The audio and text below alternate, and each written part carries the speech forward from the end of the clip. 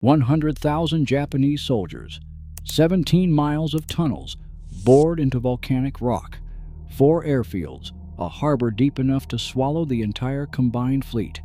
In 1943, America looked at Rabaul and made a decision no military doctrine had ever suggested.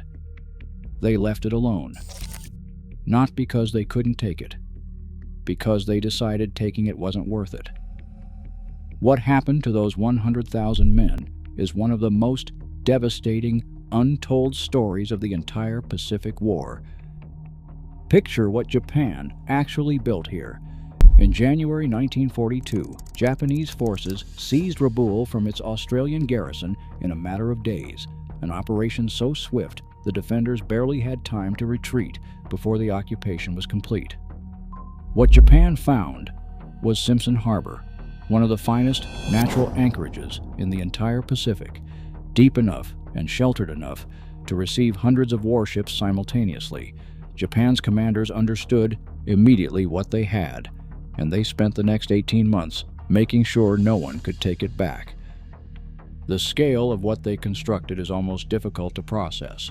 4 airfields capable of supporting hundreds of aircraft at once. Coastal artillery batteries positioned to cover every approach to the harbor. 17 miles of tunnels bored into the volcanic rock, deep enough to shelter aircraft, ammunition, and fuel from any bombardment American planes could deliver in 1943. Anti-aircraft positions ringed the entire perimeter so densely that American bomber crews called Rabaul the most dangerous target in the entire theater. Not one of the most dangerous, the most dangerous. So, when American planners in mid-1943 began calculating what a direct assault would actually cost, the math was brutal. Estimates ran from 30,000 to 50,000 American casualties, and those numbers had a recent reference point that made them land hard. The Battle of Tarawa had just killed nearly 1,000 Americans in 76 hours on a tiny coral atoll. Rabaul was not a tiny coral atoll. MacArthur's argument, ratified at the Quebec Conference in August 1943, was surgical. You don't have to destroy a fortress if you can make it irrelevant. Seize the surrounding positions, cut the supply lines, neutralize the airfields from the air. 100,000 soldiers with no supplies and no ability to intervene anywhere stop being a threat. They become a liability.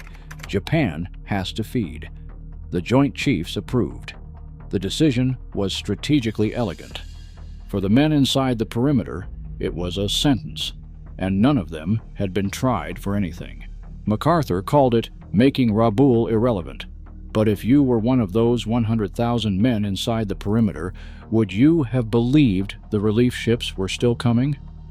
Drop your answer in the comments below, because what the garrison was actually told, and what they slowly realized, is where this story gets truly devastating. By the time the garrison's senior commanders understood the full picture, the tightening had already begun. It moved in 3 stages, each one more final than the last. The first was AIR. Starting in late 1943, American and Australian aircraft began systematic attacks on Rabaul's airfields, not to destroy the tunnels, which no bomb in the Allied arsenal could reach, but to destroy every aircraft that gave the base its reach. The air battles of November 1943 were among the most ferocious of the entire Pacific War. Japanese losses were severe enough that the combined fleet began pulling its carrier air groups back to prevent their complete annihilation. By February 1944, Rabaul's 4 airfields were physically intact and operationally dead. The runways existed, the planes did not. The second stage was sea. American submarines strangled the supply routes until what reached Rabaul was a fraction of what 100,000 men required, and even that fraction arrived at a cost in ships and crews Japan simply could not keep paying. The harbor that had once sheltered an entire fleet now sat largely empty, too dangerous to use, too exposed to reach. The third stage was geography, and it required no fighting at all, as American forces leapfrogged up New Guinea and through the Solomons. Rabaul did not fall, it just fell behind. The war moved past it. In every direction, the fortress did not shrink. The world around it did. What came next was slow and total. The garrison began farming the surrounding jungle to survive. Starvation and disease tore through the perimeter in ways that no assault had managed to.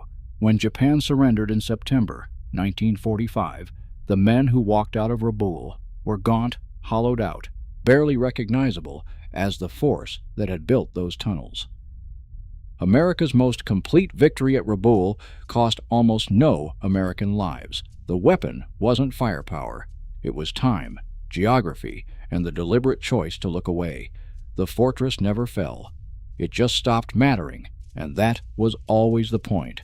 Subscribe to World Wars Files for a new documentary every week, and watch this one next.